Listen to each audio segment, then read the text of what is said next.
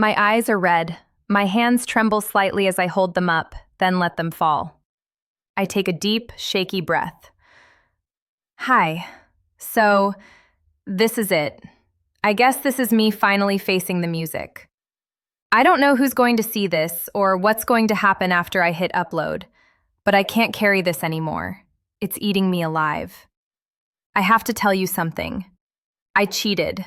My voice cracks. I pause, trying to regain composure. I cheated on Ben. And it was with my ex-boyfriend, Mark. The one I swore I'd never look back at.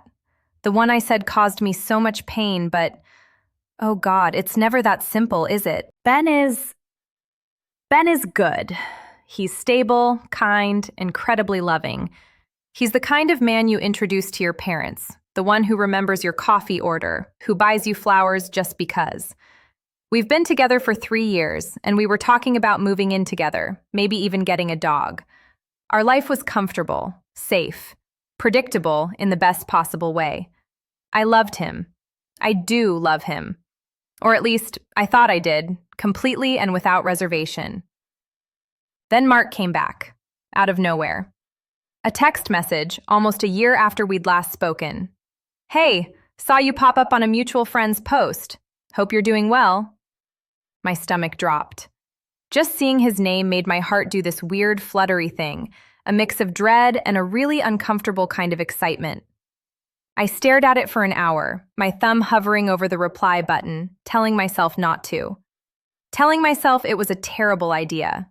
But I replied. Hey yourself, Mark. Yeah, I'm good. How are things? And that was it. That was the crack in the dam.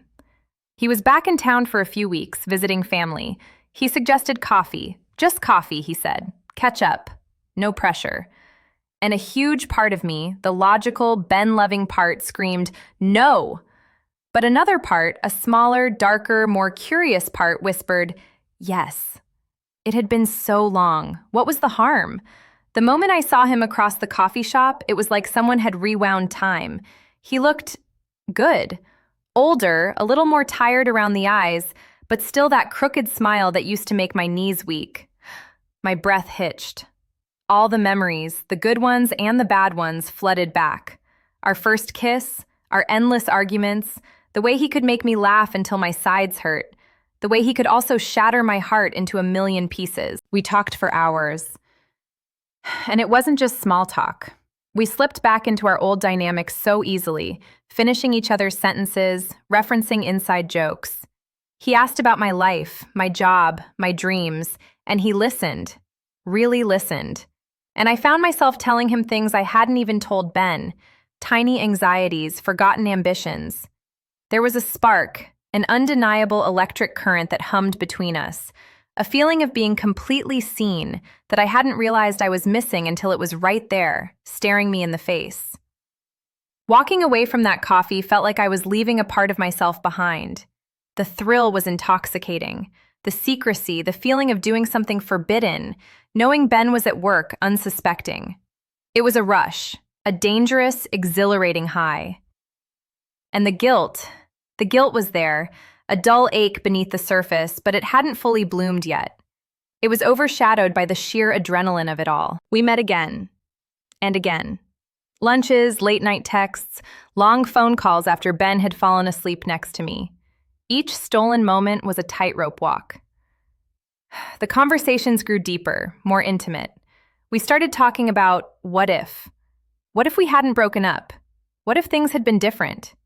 Each what if was a needle prick of pain, reminding me of what I had now and what I was risking.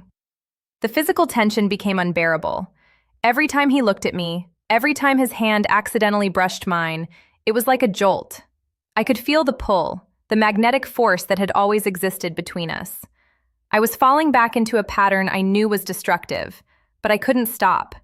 It was like watching a train wreck in slow motion, knowing I was on the train and somehow, perversely, enjoying the ride. Then came the night. He was leaving the next day.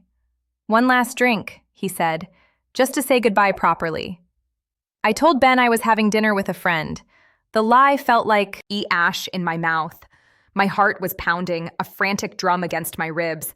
I knew where this was going. I knew it, and I let it happen. Exhales sharply. We sat in his hotel room, just talking at first. The air was thick, charged. Every look, every silence was loaded. He reached for my hand, and I didn't pull away. His touch sent shivers down my spine, a familiar warmth that ignited something deep inside me, something that had been dormant for too long. He leaned in, and I met him halfway. The kiss. It was devastating. It was passion and regret, longing and release, all rolled into one. It wasn't gentle or hesitant. It was desperate, like we were trying to erase years of separation with one single act.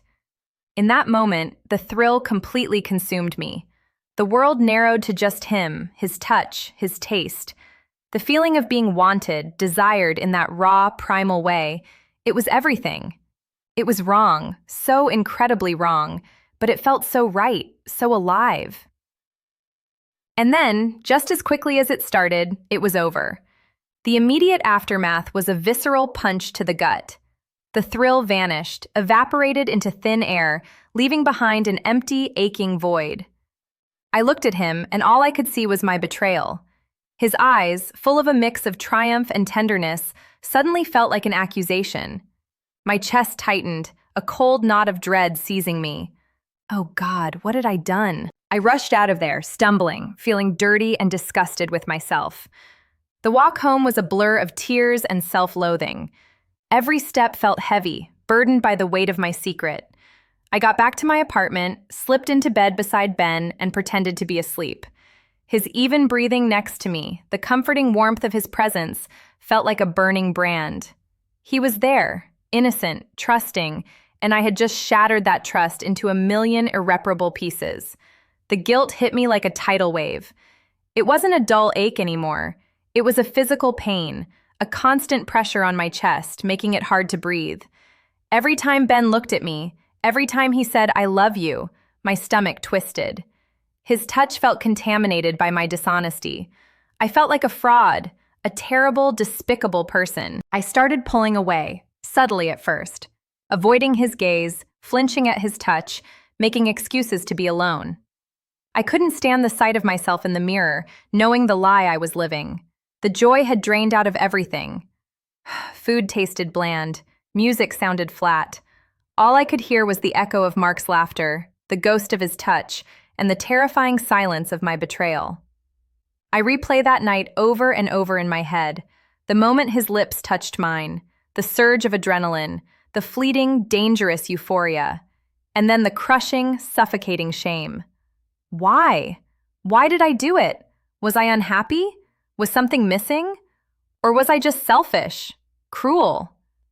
I looked directly into the camera, tears streaming down my face. I don't know what to do. I can't keep this secret anymore. It's poisoning me. It's poisoning us. I owe Ben the truth. He deserves to know. He deserves so much better than me. This isn't fair to him. It's not fair to anyone. This is my confession. This is me laying it all bare. I cheated, and I hate myself for it. I don't expect forgiveness. I don't even know what I'm hoping for, besides maybe just a moment of peace from this suffocating guilt. But this is the first step. It has to be. I take a final ragged breath, my shoulders shaking. Whispers, "I'm so sorry, Ben. So incredibly sorry." The video slowly fades to black.